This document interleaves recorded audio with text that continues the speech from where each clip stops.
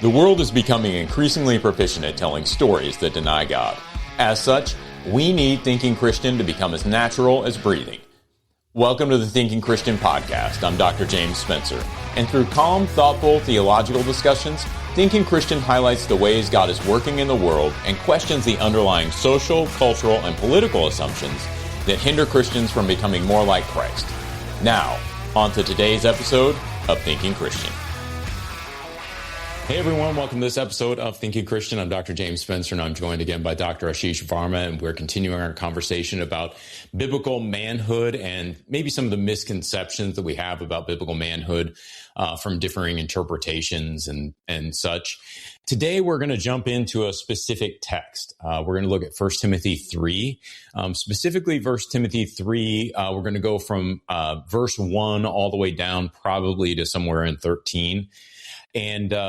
And the general idea here is, number one, that I think these characteristics that are listed here of overseers and what's often translated as deacons, they aren't just male characteristics.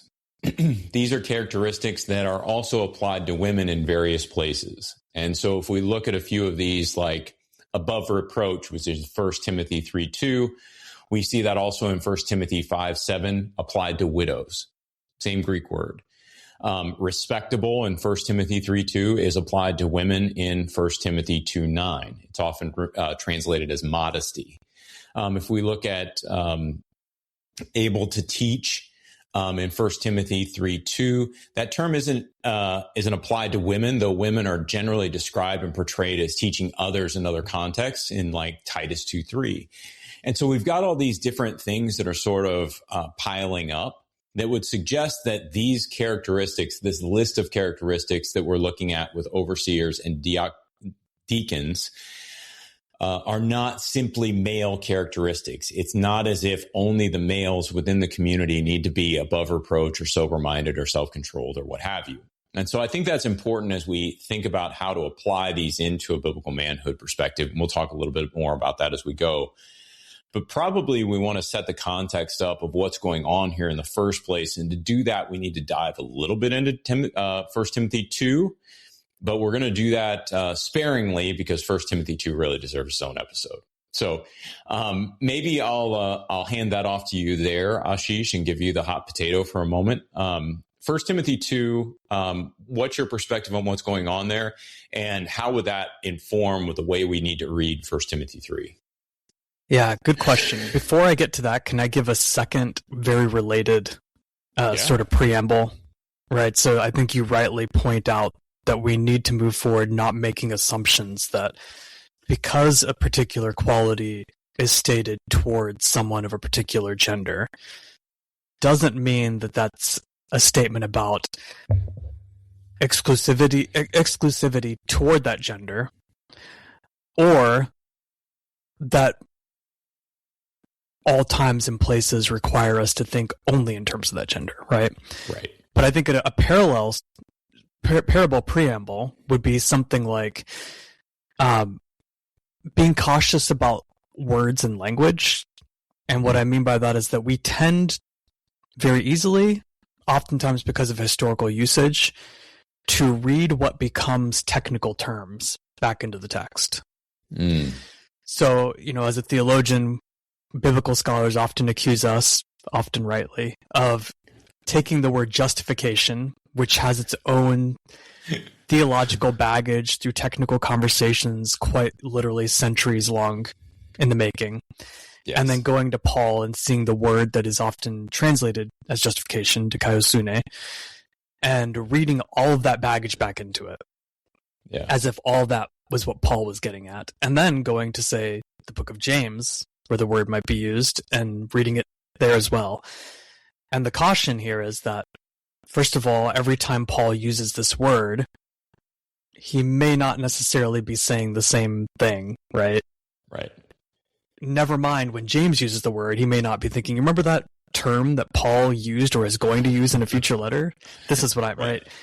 And when we overread that sort of technical language back in, we get ourselves into really just we back ourselves into interpretive corners where we're now stuck. We're stuck in a jail that is a false jail, right? So as a mentor of mine once said, find the open door and push against it and walk out of that. Well, we can do this with the words that you just mentioned. So not only is there the gender dynamic that we can be presumptuous of, but additionally, we can read a word like episkopos that's translated sometimes as elder, maybe more appropriately as overseer, and diakonos, translated as deacon, and see them as specific offices that the church later comes to identify in very particular ways that maybe in the first century aren't so clearly defined in that kind of way. So I think we should try our best to try to set aside these technicalities. And what I don't mean by that is go to your church and say, these are technicalities that come much after the Bible. They're not from the Bible. Put them away. No, there could be good reasons for their development, but don't just assume one-to-one. Right. Yeah, and I think to that point, if I can add something in there, the translation office of overseer is more interpretive than I think it needs to be. So to your point, episkopos, it was Lightfoot in his commentary on Philippians in 1868, who argued that episkopos and the word for elder are largely just synonyms. And so there's a different Greek word for elder. I'm blanking on what that is right now, but there is a different word.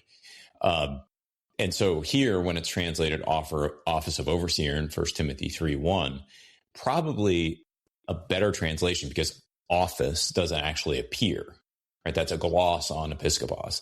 It's probably better just think of one who aspires to oversight.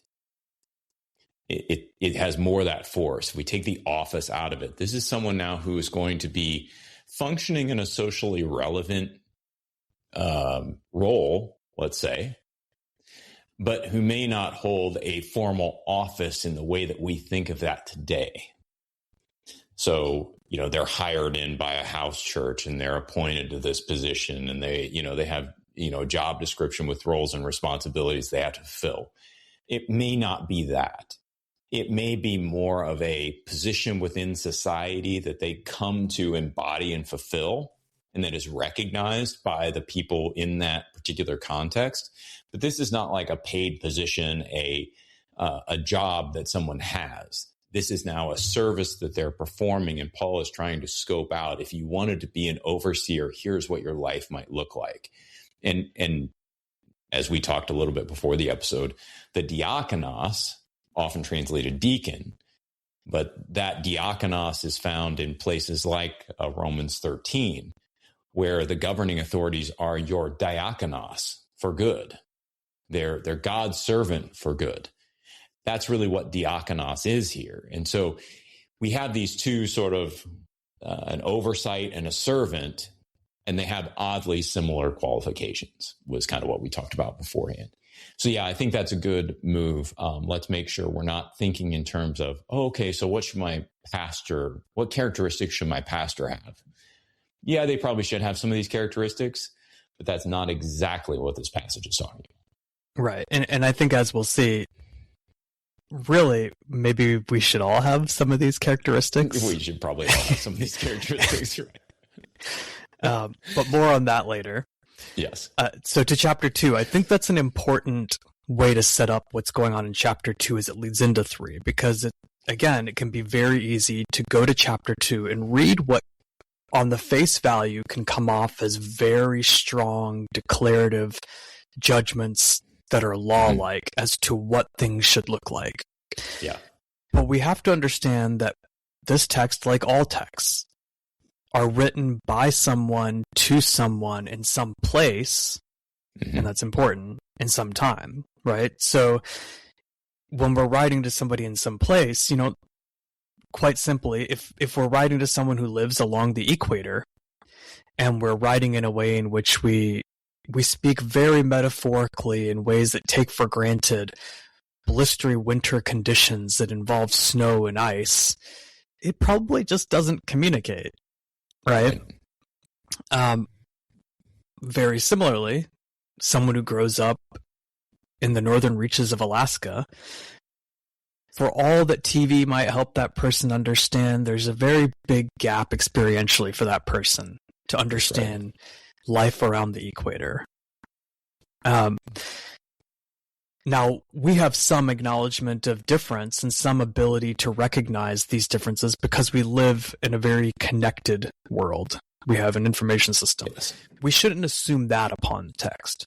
So when Paul's writing in chapter 2 to people in Ephesians, I think it's fairly easy in our situation to jump to, well, you know, what Ephesians is going through, the people in Antioch understand.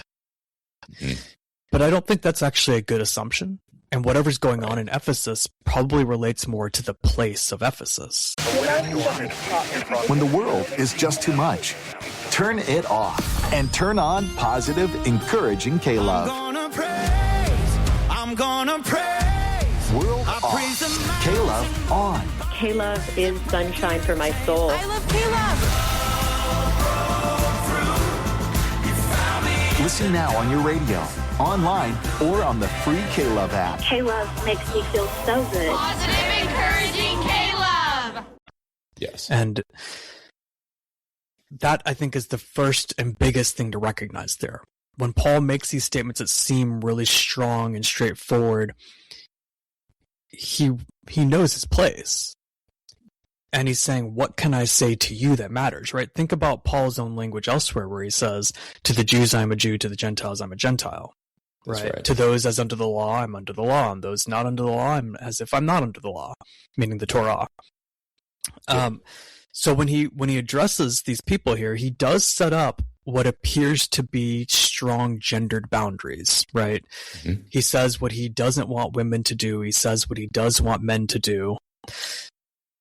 But again, if we think about the world in which Paul is living more broadly, it's a world with very careful, very specific ideas of manhood. So when we talked about virtue, for instance, to be a virtuous person, one had to be a man. It was a gendered claim. Why? Well, because there were certain presumptions about a woman, which meant women cannot be X, Y, and Z. But it also meant certain kinds of men, right? So the machismo sort of idea of a man, the strong guy, the Hulk Hogan, Randy Savage sort of a person can't be virtuous either.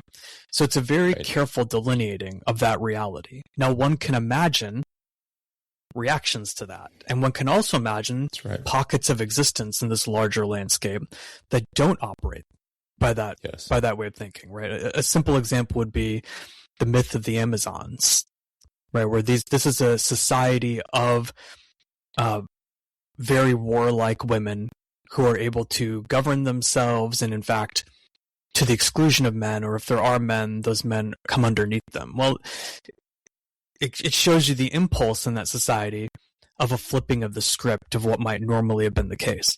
Neither one of those, though, should inherently be seen as the way things ought to be.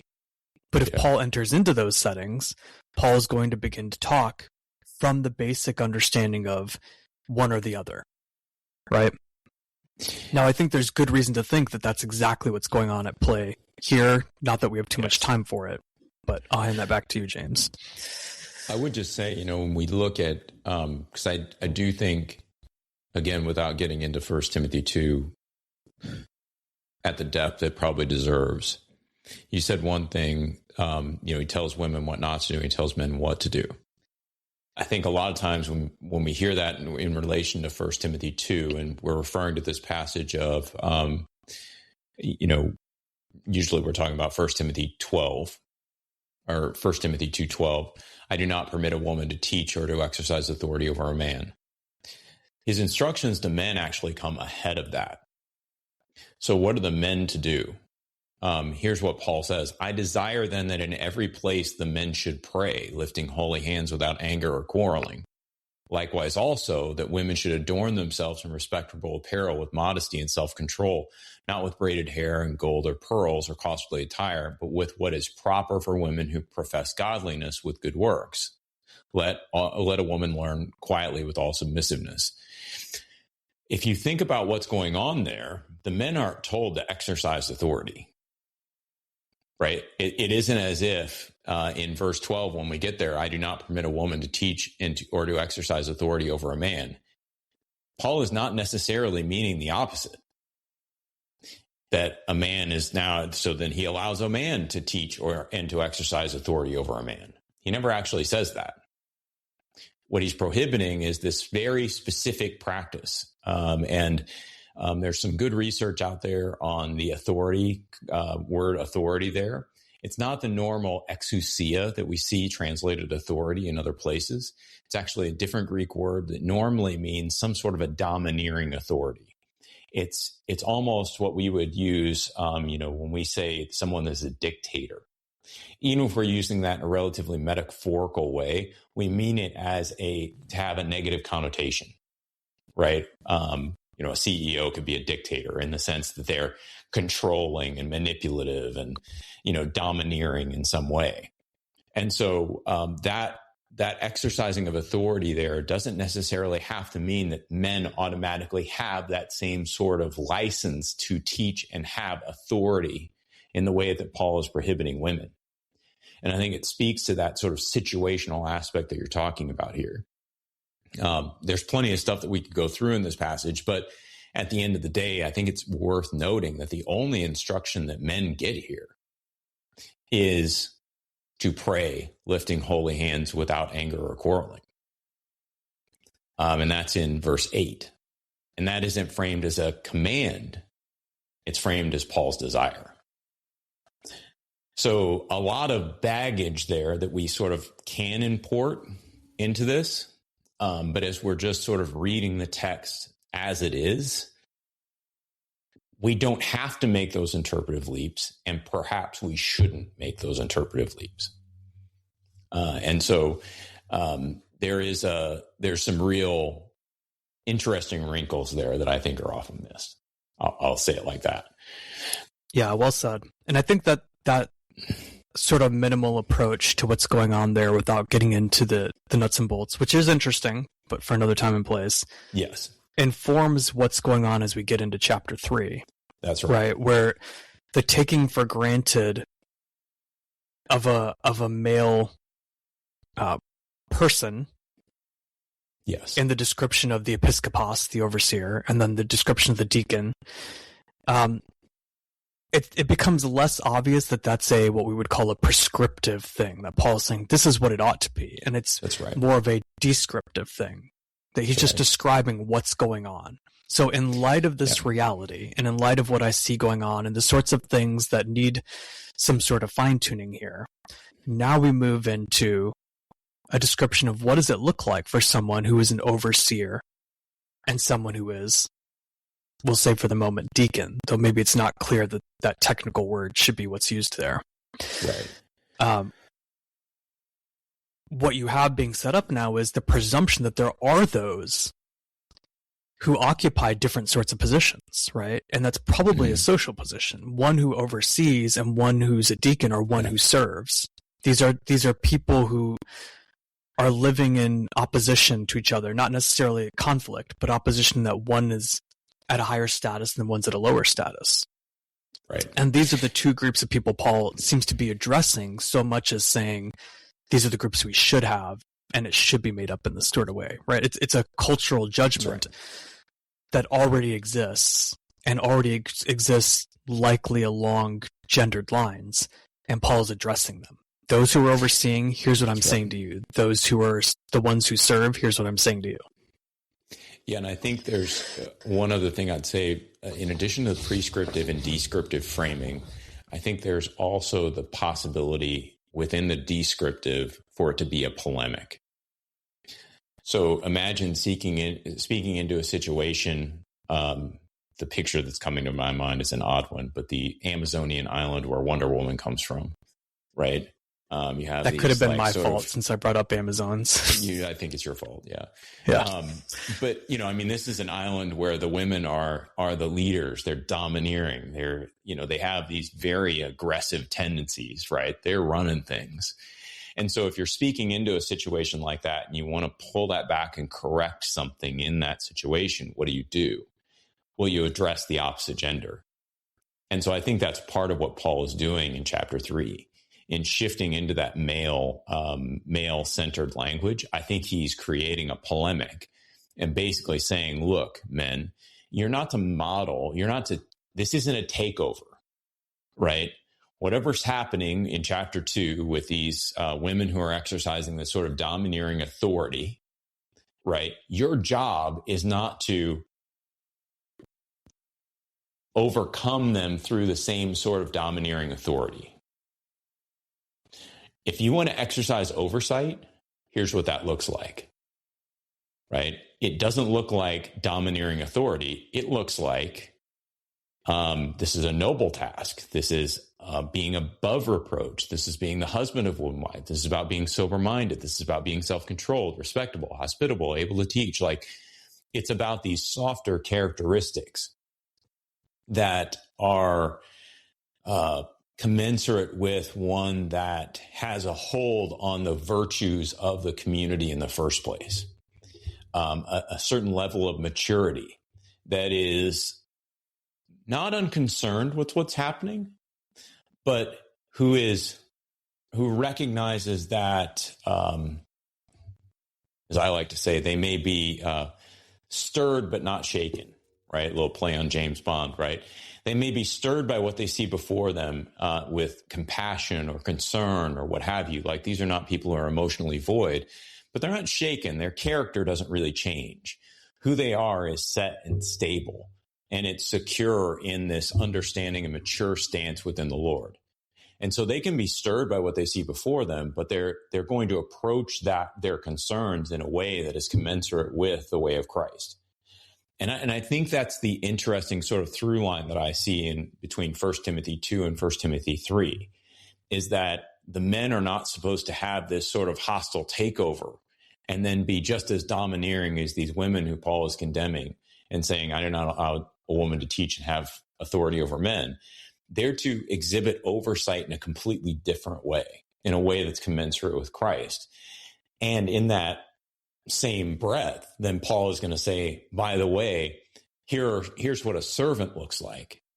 And they look oddly the same. Oddly. Right? And so oversight and servanthood are almost like two sides of the same coin here. Yeah. One could certainly look at them and say, well, the list is longer for the overseer than for the servant. Yes. I think that'd be a mistake to read too much into that. Yeah. Not least because when the description that he's giving for the overseer, statements like, be sober-minded, be self-controlled, be respectable, hospitable, able to teach, not a drunkard, not violent, but gentle, not quarrelsome, not a lover of money. There's something oddly similar about all those descriptions, right? Yes. It's as if Paul is spelling out with specificity things that all belong to the same basic understanding of character and in a particular kind of understanding. You know, if he took Jesus as the model for what the truly virtuous person is, the truly high character person is, he's parsing that out in ways that maybe never have to be said if you're just looking at Jesus, right? When the writers of the Gospels are showing you who Jesus is, they don't really need to spell out that Jesus is not a lover of money. Yeah. But if we have this situation where people are coming into the church with already this social stratification, where there really is those who are the masters, those who are the servants, those are the overseers, those are the servants. Right. It makes sense to say to someone who's a master, an overseer, don't be a lover of money.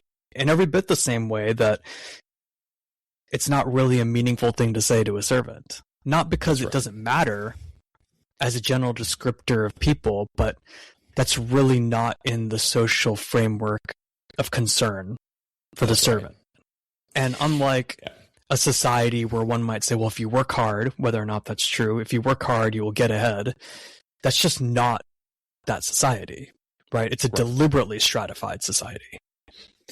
Yeah, and I think it's interesting that you have this repetition of household throughout. So you have it in verse 4, you have it in verse,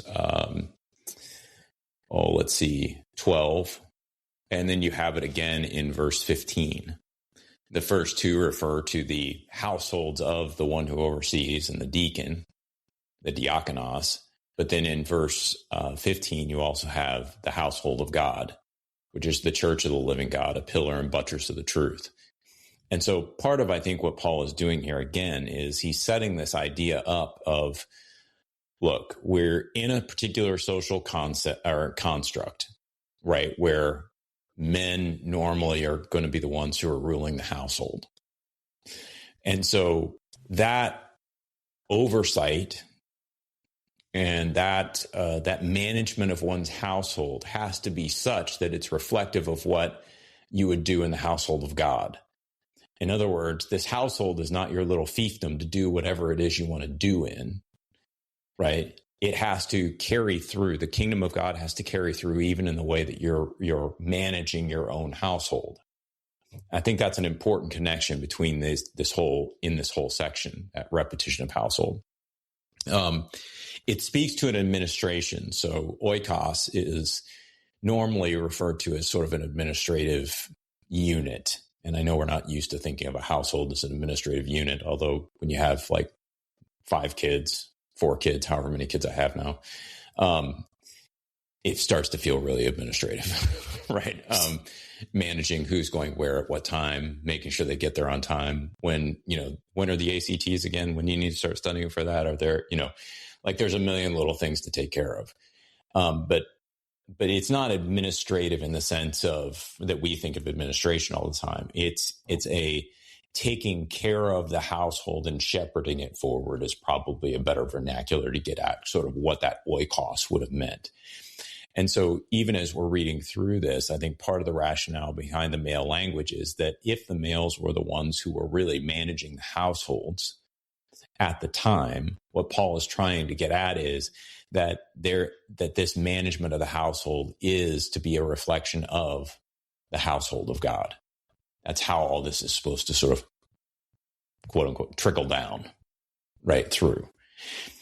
Again, if we go back to 1 Timothy 2, that's probably part of the problem there, is that the domineering of whatever women happen to be there at this moment are overturning social convention in a way that might have implications for the gospel. That's a large reading into context, and so there's a lot behind that sort of statement. So I don't want people to think like that's just a flippant, oh, James is off his rocker and he's just throwing things out there, right? There are a lot of things that I'm not addressing there, but I think that this it's important just to say that as these social things are sort of in upheaval in the Roman Empire, right? Paul is taking pains to sort of pull them back and say, let's not be associated with this sort of social upheaval. Let's show ourselves to be peaceful, right? Let's show ourselves to be above reproach. Even you have this reference in verse 13. For those who serve as deacons gain a good standing for themselves and also great confidence in the faith that is in Jesus Christ. That standing probably isn't just within the community of faith. It's probably also outside the community of faith. And so I think there's a sense in which Paul is trying to get at sort of a corporate witness aspect in these sections that we would be wise not to ignore. Yeah, and something that's really instructive in the way that you describe that, I think that's helpful. A powerful prayer life does not require hiking a mountain to be able to hear from God. God can meet us right in the middle of our busy lives to help, guide, and speak to us through prayer. I'm Christina Patterson, host of the Teach Us to Pray podcast, providing practical teaching and encouragement on how you can make prayer a natural and consistent part of your everyday life. I promise it won't require hiking a mountain, but you just might develop the faith to move one. Listen and subscribe at lifeaudio.com. Helpful, and I think that's right, is the contrast between the posture Paul is taking from the location Paul is writing. Yes. Compared to the posture that we sort of take for granted. Mm-hmm.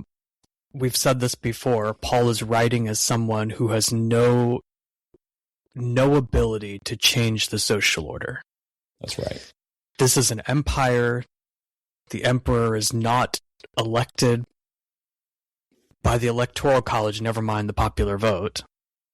Yeah. The emperor just is the emperor because the emperor has seized enough influence and control to be able to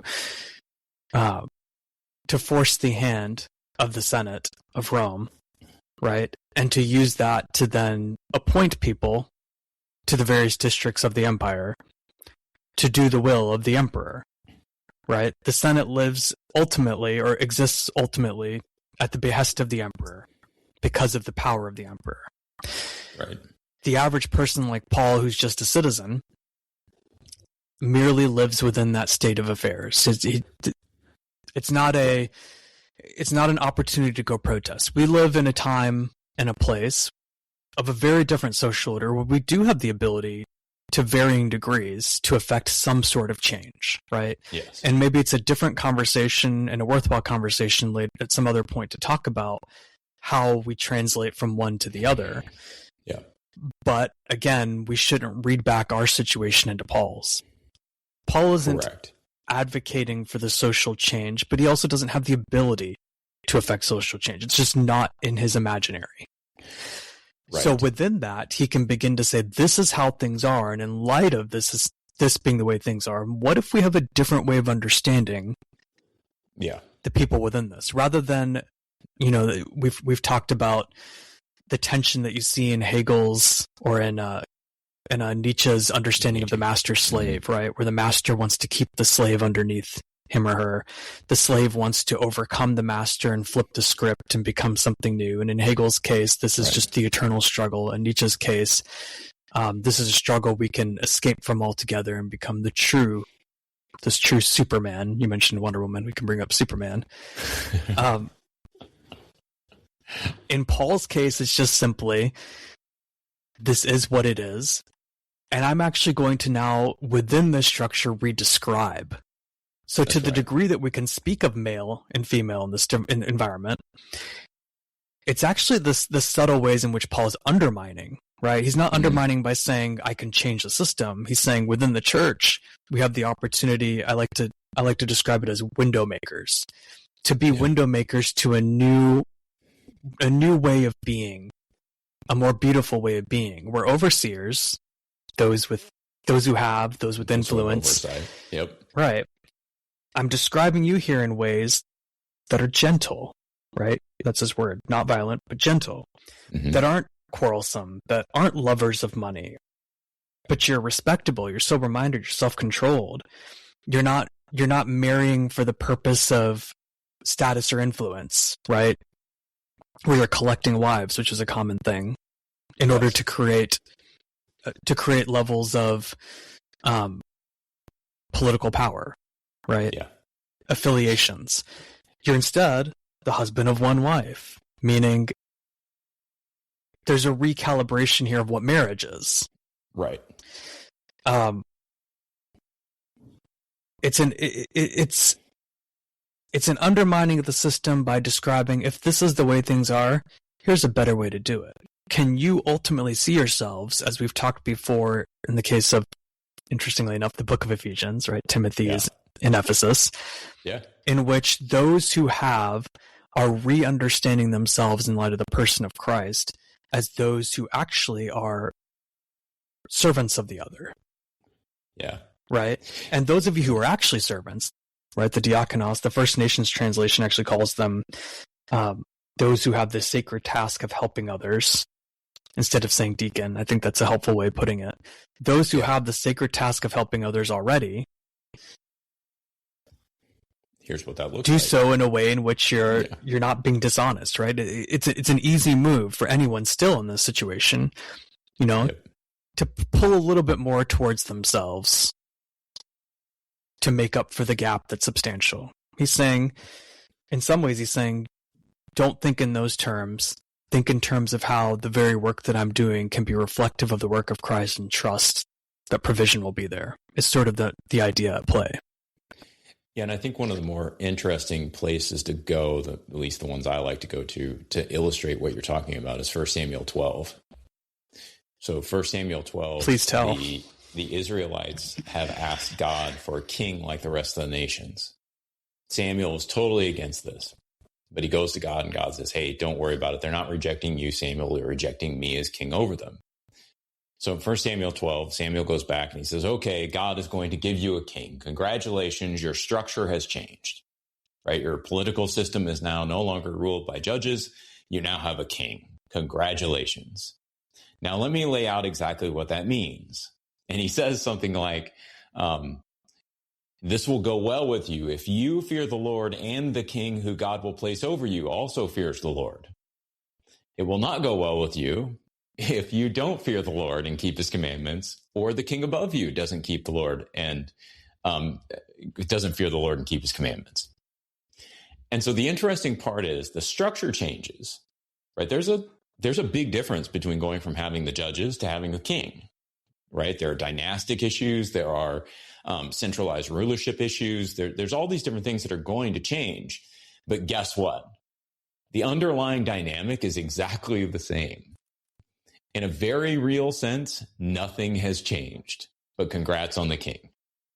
And I think to a large degree, if we can think in that category of these structures change, but within these structures, we act differently. We live according to that sort of governing dynamic of understanding that what we're supposed to do is we're supposed to fear God and we're supposed to obey his commandments. We're supposed to imitate Christ as we get into the New Testament. Like, these are the things that we are supposed to do. We are a people on a mission of witness and testimony to the God that we serve. Now, all of a sudden, these structures take on much less importance than we normally give them, right? Where I sit in some sort of weird social hierarchy is far less important than, am I within the situation that God has put me? Am I serving him in an appropriate fashion? Am I still doing what he's asking me to do?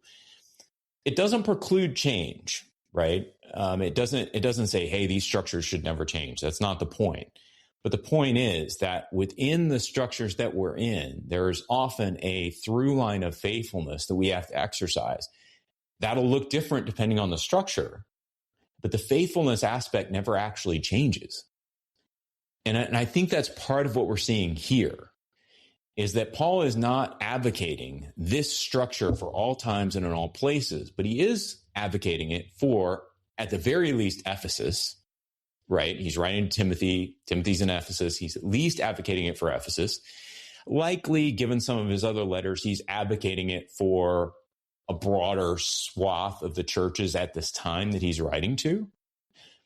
But as things start to pivot and change, it doesn't mean that there's not a new way of faithfulness that we can envision once those structures shift and change. And I don't think they can change. It's not as if they're infinitely flexible, right? But at the same time, I do think that there is a malleability, a pliability to them. That allow us to be faithful in different ways when those structures of society sort of shift and change. So I always like the 1 Samuel example. I think it's a helpful one. Yeah, I think that's helpful as well. It's worth noting that when the people of Israel wanted a king like the nations, I've often heard it preached in a way in which their problem was they wanted a king, but the Torah had already made provision for a king. Yes. The issue there is not the king per se, it's the like the nations, as you pointed out. Yeah. And the idea of giving you a king that's not like the nations, right? What David is for much of, but not all of his term, what Solomon seems to be at the beginning of his term, yeah, but falls away from.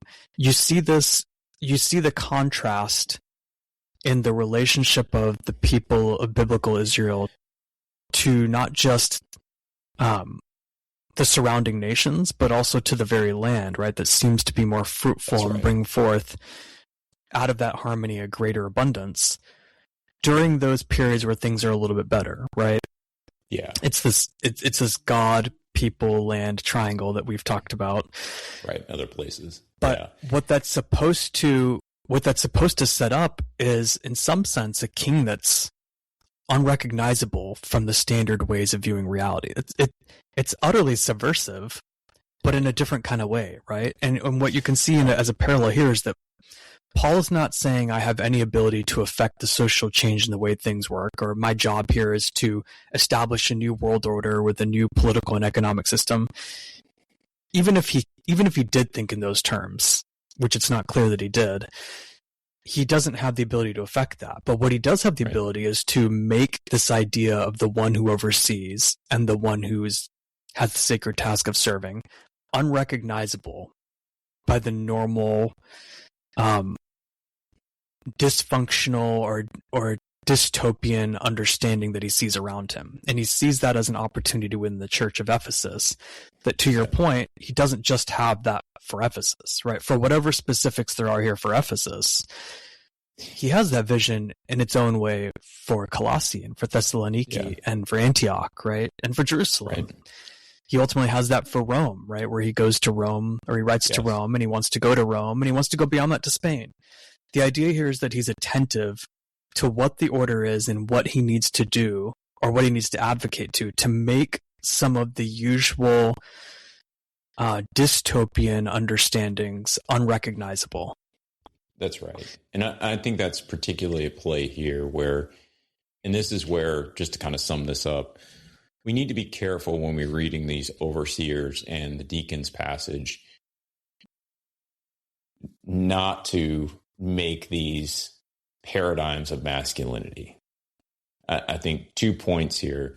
Number one is what I would read as a polemic against, some segment of the women within Ephesus who are trying to sort of take over the social order. Paul fundamentally disagrees with this move because it isn't commensurate in keeping with the peaceable, quiet sort of witness that he's trying to affect within the Christian community. There's some sort of an authoritarian, domineering impetus, an impulse that he doesn't like there, and he doesn't want it in the church. This is not the way this is supposed to work. This creates a bad taste in our mouth, right? People look at this and they say, "Wow, those Christians are the liberals. They're trying to destroy Roman society." I think he's concerned about witness. And again, I think there's good reason to think that. I would go to somewhere like a 1 Timothy 6:1, where Paul talks about the behavior of bondservants as potentially reviling the word of God and the teaching of the church. We have something similar in Titus 2:5, where he talks about young women acting a certain way, causing God's name to be reviled. These are real concerns for what Paul is seeing, and he's trying to manage the witness of the community, probably in the midst of some sort of social upheaval. So I think there's that aspect here. And that, to me, is what prompts chapter 3. In chapter 3, what he's saying is, look, you don't have to squelch rebellion, right? But this is what one who oversees the community looks like. This is what one who ministers within who has the sacred, the sacred position of helping others, as you said. Like, this is how they look and this is how they act. These are not intended as a map for masculinity. These are characteristics that the Christian community are supposed to cultivate in everyone. And I think he sets these people up, the people who want to be an overseer, the people who want to serve. These are the sort of people that the Christian community is to be cultivating. These are the sort of characteristics that they are supposed to have together. And part of that comes from managing their households well. Not in domineering their households, dominating their households, right? But in managing their households well, in recognizing that now in Christ, some things have changed, but we've still got to hold this together. This still has to progress in a particular way. It still has to be peaceable and orderly, as opposed to completely out of control. There's a lot of texture there in this letter, and we can't go deep enough in this short a podcast to really nail it down. But I think at the end of the day, what we do want to say is all of these characteristics really are, most of them are applied directly to women in other contexts. Some of them are gestured toward in other contexts. And so this is not a roadmap for masculinity. This is a roadmap for Christ-like character, is the way I would put it. Right. And some of those other contexts you're speaking of are, as you said, later on in the same letter. Yeah, later on in the same letter. So it's letter, not as if we're reaching far and wide to find this. No. what it is it's a roadmap for Christ-like character, as you said, which is specifically within the constructs of whatever the dynamics are, for Paul to pull people back to this understanding of the kind of humility that's embodied in the God who didn't operate under the way that one might assume a God should, right? Coming down and demonstrating great power and stomping on people, but rather came down and took this unassuming position as the son of a carpenter, walking the streets as a rabbi, rejected by many, accepted by many others. That's right. But advocating going all the way to the cross, right? It's that sort of mentality that he's trying to draw in to say, ultimately, whether you're a man or a woman, this is what I expect of you, not because I'm doing it by myself, but because, as he again says in Philippians that we keep mentioning, he's wanting us to imitate me as I imitate Christ. That's right. That's right. And therefore, it's a softening. It's a making unrecognizable. Yes. Far from the sorts of masculine power or the inversion of that to feminine power. Yes. And one could imagine the further flipping back of the script, he's sort of actually cutting all of that out, saying, consider the Sacred Heart and work of those who serve. Yeah. That household of God reference in 1 Timothy 3, what is it? I'm looking here, 15. 1 Timothy 3:15. If I delay, he's writing these things so that if Paul delays, you may know how one ought to behave in the household of God, which is the church of the living God, a pillar and buttress of the truth. And you just sit back and you think about that. And then he goes on, great indeed, we confess it's the mystery of godliness. And he talks basically about Christ's manifestation in the flesh, vindication by the Spirit, seen by angels, proclaimed among the nations, believed on in the world, taken up in glory. It roots this back very much in a gospel-oriented message. And so the connection between the way that a household runs and the gospel is at the very least implicit in this section. I would argue it's a little more than that, right?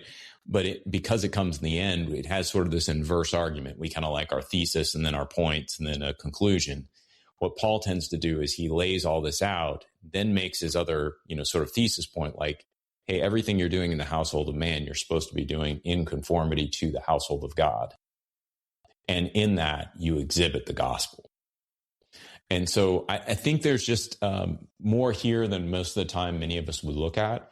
And I think, in some of the literature I read, at least on biblical masculinity, I see these passages come up an awful lot with reference to what are the characteristics men should exhibit.